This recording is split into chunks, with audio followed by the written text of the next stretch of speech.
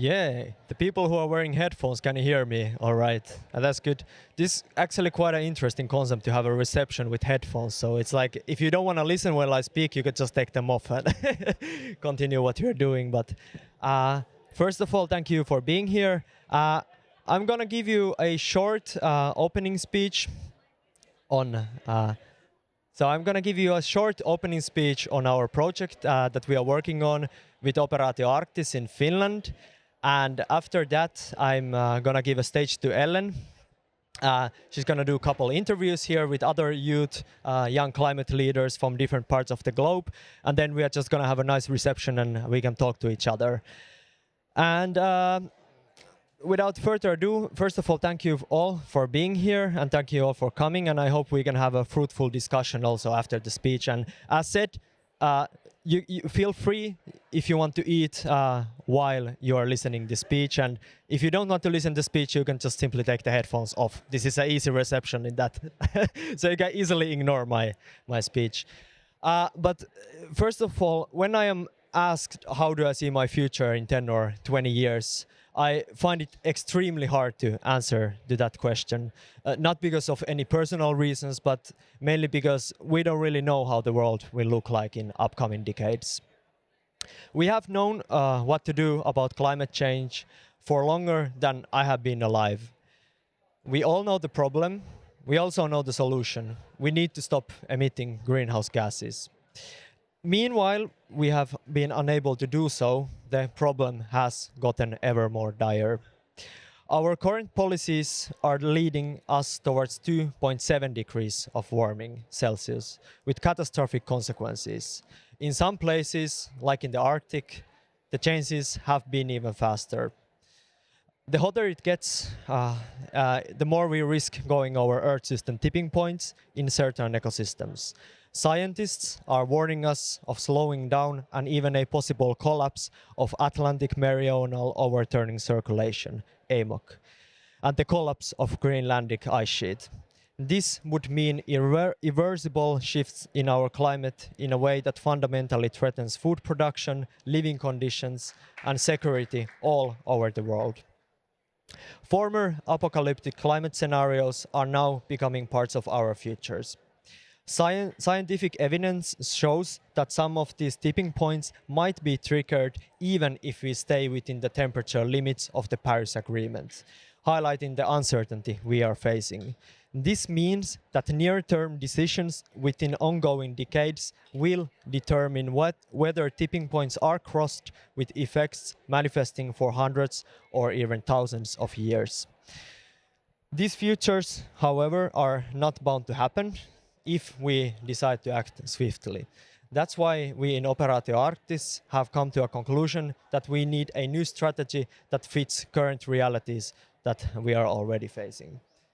And we are currently working on a project called Atlas, where we put risks posed by Earth system tipping points in the center of climate policies in Finland and all over the world.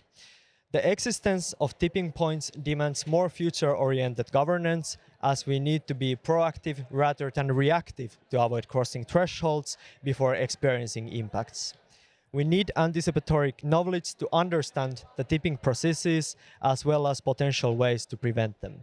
Yet, the risk of Earth system tipping points are not addressed by existing global governance institutions. So, how do we approach Earth system tipping points management?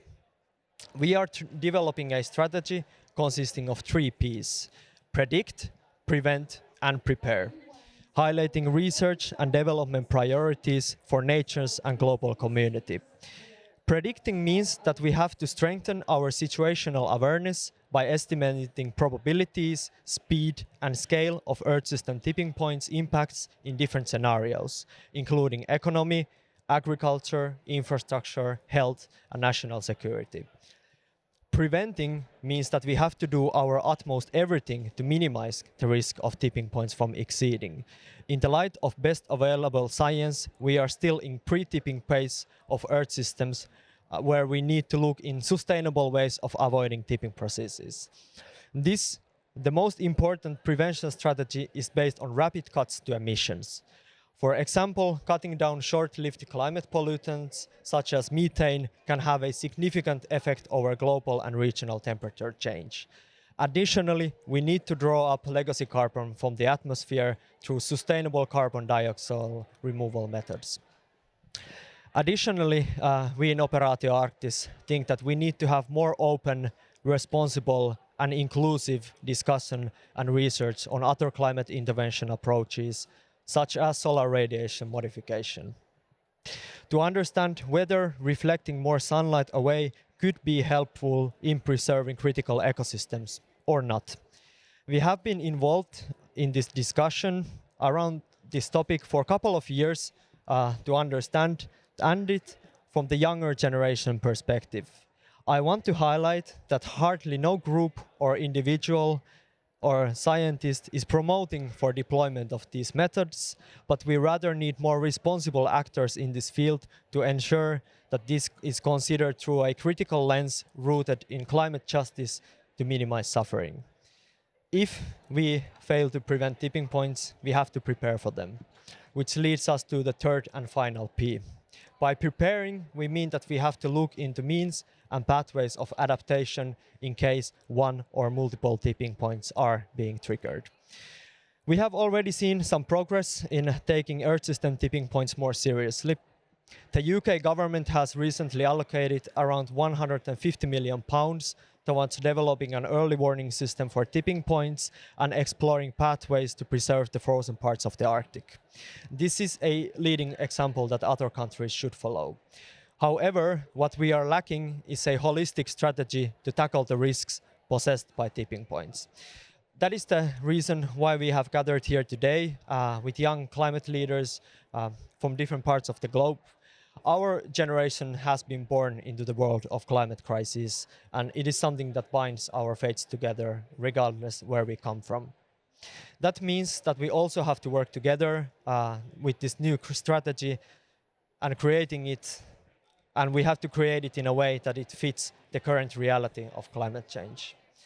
Next, I would like to give a stage for Ellen, and she's gonna do a couple interviews and invite a couple speakers here. Thank you. Thank you, Justus. We can give a round of applause.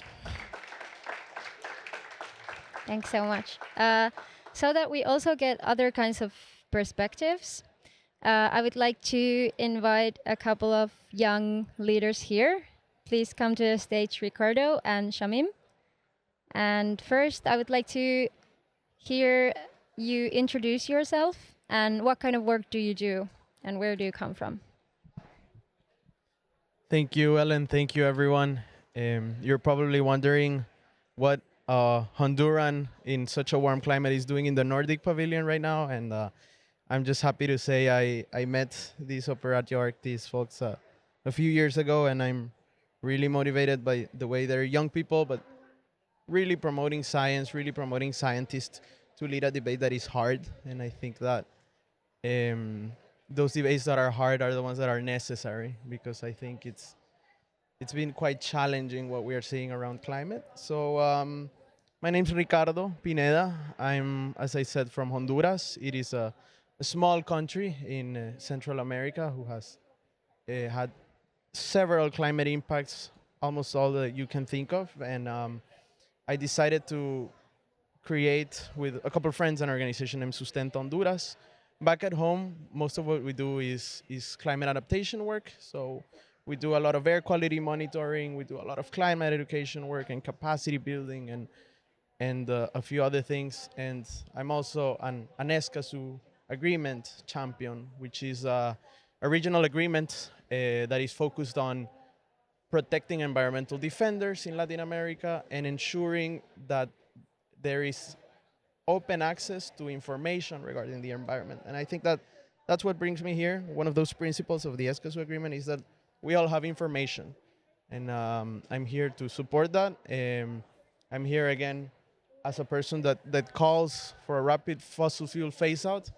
And I'm really here as that is my main message, I want to say, but I'm also here to understand better what else could we do, or even do we have to do, or if we should do regarding climate. So I guess I'll jump back to those questions, but just to say, really happy for you all to have opened the space for, I'd say, very different people like me. And hopefully we'll have a very productive discussion. But thank you, everyone, for joining. Hi, everyone. It's so hard to speak as you listen to yourself as well. My name is Shamim. I'm from the United Republic of Tanzania, and I'm a social scientist. I also work with the Tanzania Ocean Climate Innovation Hub, which is part of the GOS Under Ocean Visions endorsed by the UN Ocean Decade. And what we do is we are working on advancing ocean climate innovation solutions in East Africa, that is the Swahili region, the Southwest Indian Ocean region, and trying to understand how the ocean ecosystem works in that particular region, and and also understanding what are some of the key solutions that we can come up with. And lastly, I also am part of the Youth Advisory Committee of the Dutch Ministry of Foreign Affairs, advising on international policies and meaningful youth participation in such events. And of course, thank you for having me. Thank you. Thank you so much for coming, and it's so great to hear from you. I would like to ask, in your work, have you thought about climate tipping points, and how do you perceive them?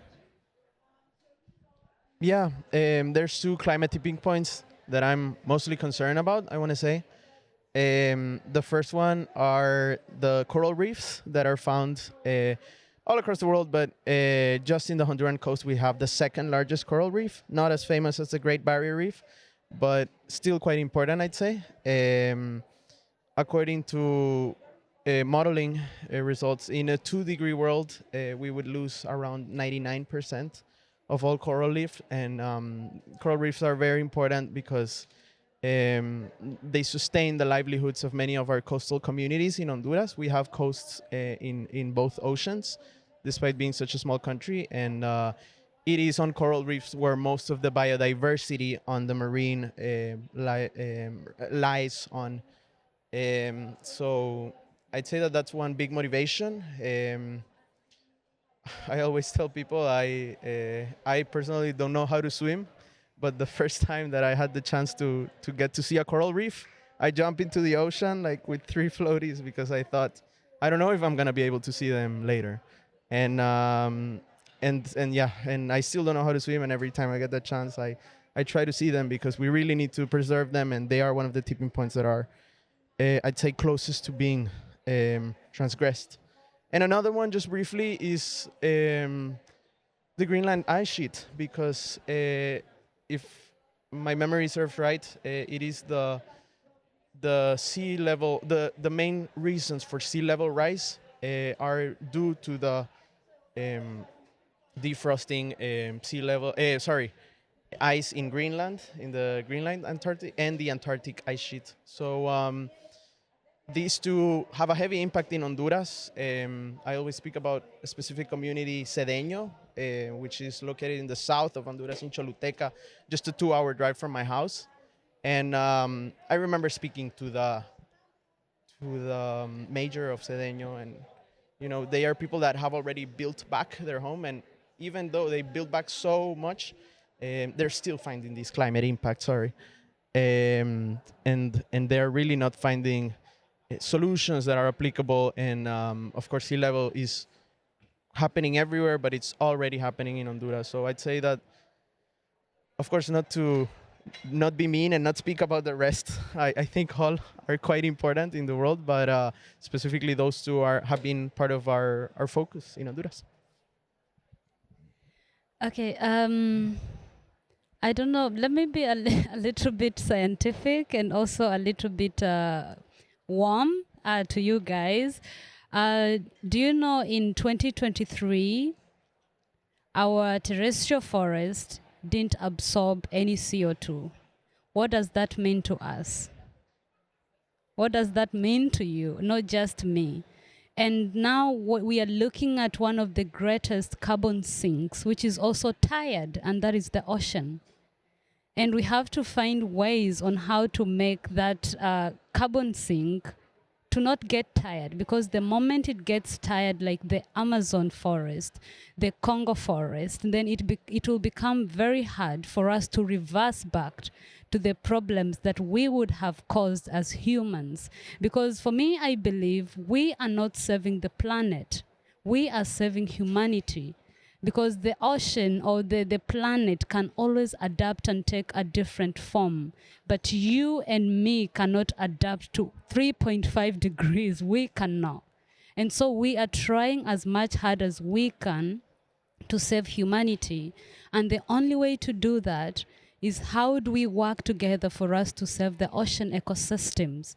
How do we work together to save the corals? How do we work together to understand the ocean? Because we are speaking the language of forest. Everybody understands that language. But I bet in this room, not most of us speak or understand the language of the ocean. It has always been speaking to us. Guys, we are out of time. Rising of water sea levels, extreme weather events, cyclones. Those are the things that I have been seeing personally in the Swahili region, the Southwest Indian Ocean region. And it has been alarming. Bleaching of coral reefs. That should be alarming to all of us to try and get closer to this ecosystem, which is one of the greatest carbon sinks that we have at the moment, that is also looking at us and telling us, hey guys, wake up, wake up, wake up. We do not have to get there. We do not have to get to the tipping point. We have the solutions and we can make change. And the most thing that I'm most worried about is the rising of water sea levels, which is going to lead to displacement. And displacement means migration. And migration means constraint of resources. And so it's sometimes it's very hard to even have conversations about these things, because we have to be realistic of how to what extent can we cross the tipping point, and how ready are we for us to be able to support such projects that are working so hard to ensure that we do not get to that extreme of the tipping points. Thank you. Thank you so much for sharing your views on climate tipping points, which are super interlinked, right? Finally, to catalyze some discussions in the room as well, I would like to hear first from you. Justus was presenting this idea of that we need more capacity and understanding in predicting these tipping processes, and then also preventing them, as Shamim also was calling for, and then preparing for them. Can you give us some examples on how would these approaches maybe look like in your region? Like, what are some of the solutions in this framework that you're looking at? And then we can start discussing in the room as well.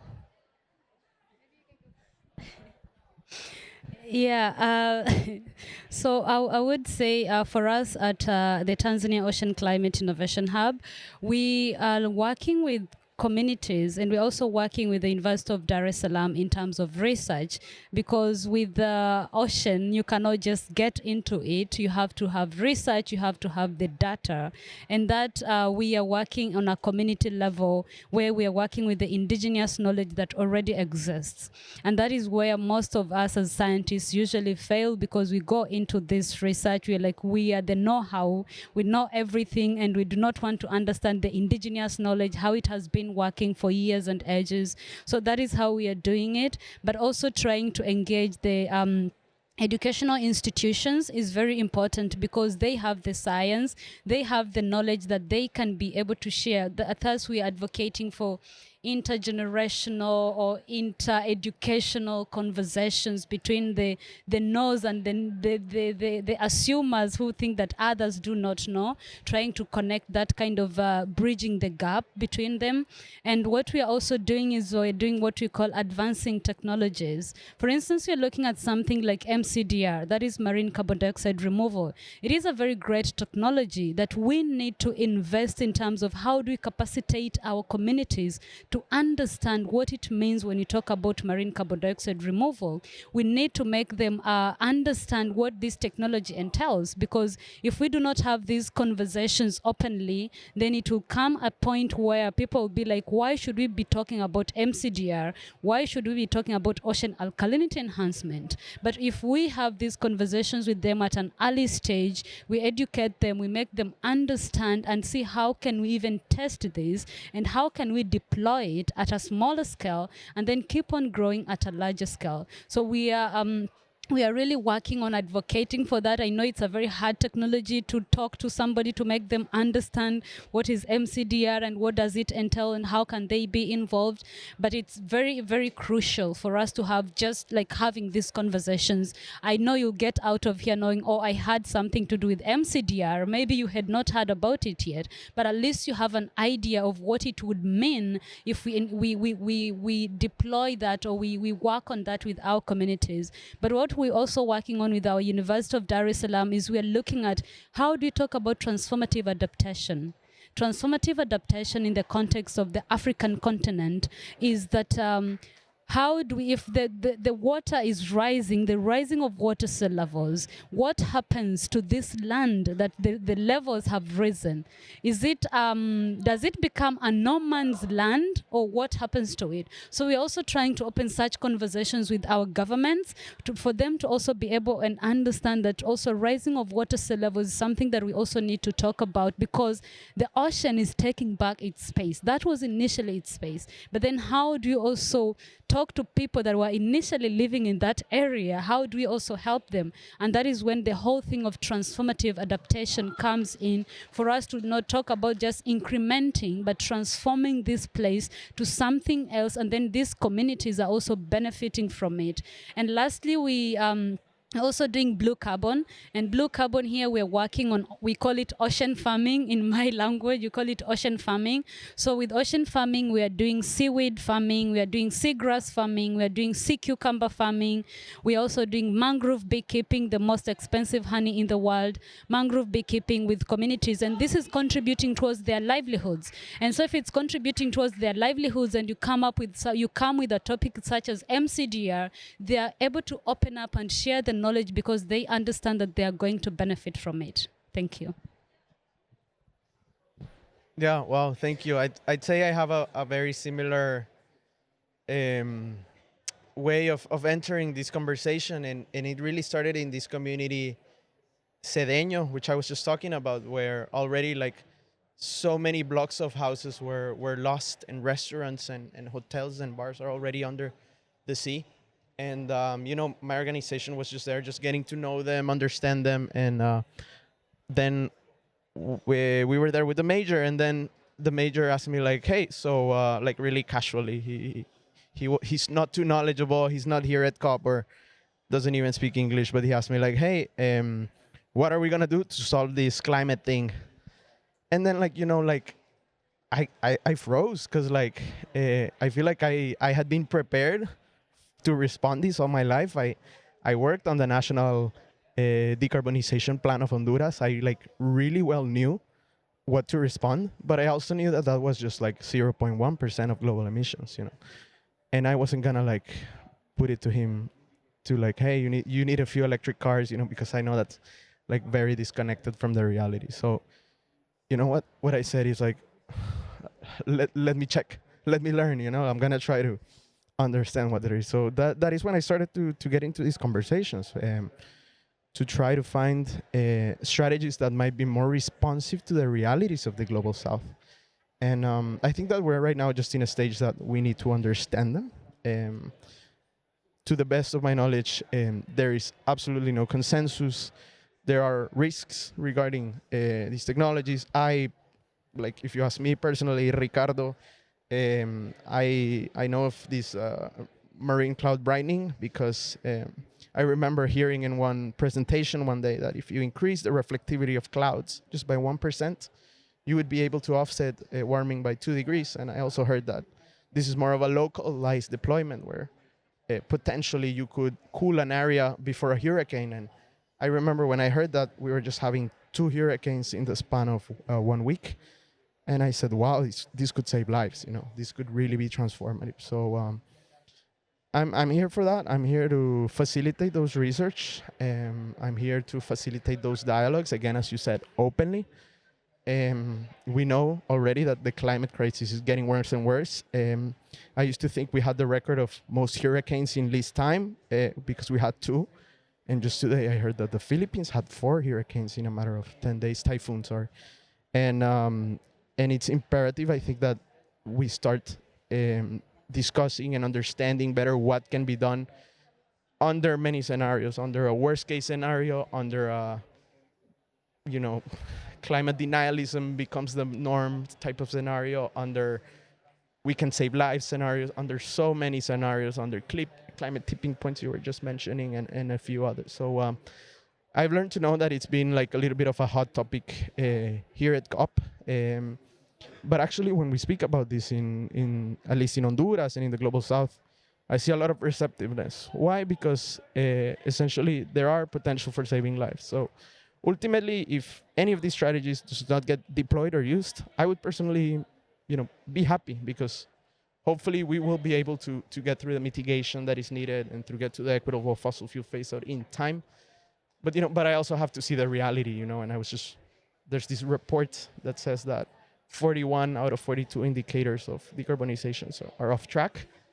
And I always make this connection, like I had to pass 42 classes to become an engineer, so I could imagine, like, what would have happened if I had failed 41 classes? Would I still be called an engineer? Probably not. But I think that the world is failing. The world is failing at research. The world is failing at delivering solutions. And the world is failing at understanding what could be done aside from what is already being done, which I say is very little: loss and damage and adaptation, which is all very needed, but it really has to scale. So where I would end it, I'd say, with this question is just that we need to understand it better. I think this conversation is naturally going to grow in the next years, just given all the context, what is happening already with the Trump election, or Argentina pulling out of the climate conference, and so many other things. But I think that right now is the time where we can try to guide the conversation a little bit. And for me, what would be the best type of conversation is a conversation that includes people like me from Honduras, and like you as a researcher from Africa, and that not only includes us in a way that is not meaningful, but in a way that we can also do research ourselves and do the research that most matters to us. What's going to happen, for instance, in coffee in Honduras, which employs more than 50% of the people at some points of harvest. So I'd say that this is what I'm looking for, so that we have a conversation that is honest and open and responsive to the Global South. And most important, a conversation led by science, and that then can be taken away, say, I don't know, maybe by the IPCC or the WMO. I'm not a scientist myself, although I did finish my master's, but I definitely don't feel like one. So for me, it's just about, I'm in the ground.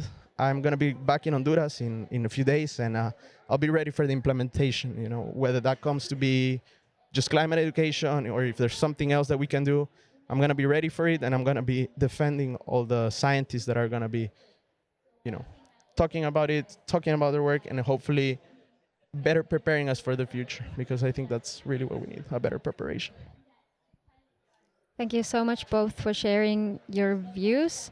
If there are people in the room who are new to climate intervention, both CDR, carbon dioxide removal, or SRM, I know that there are people who work with those topics, so please, I imagine that everybody wants to hear more from you, so let's open the space to, you can drop the headset and take some drinks and food and discuss more how we can come together and push for better climate policy that also answers risks that are transboundary and very non-linear.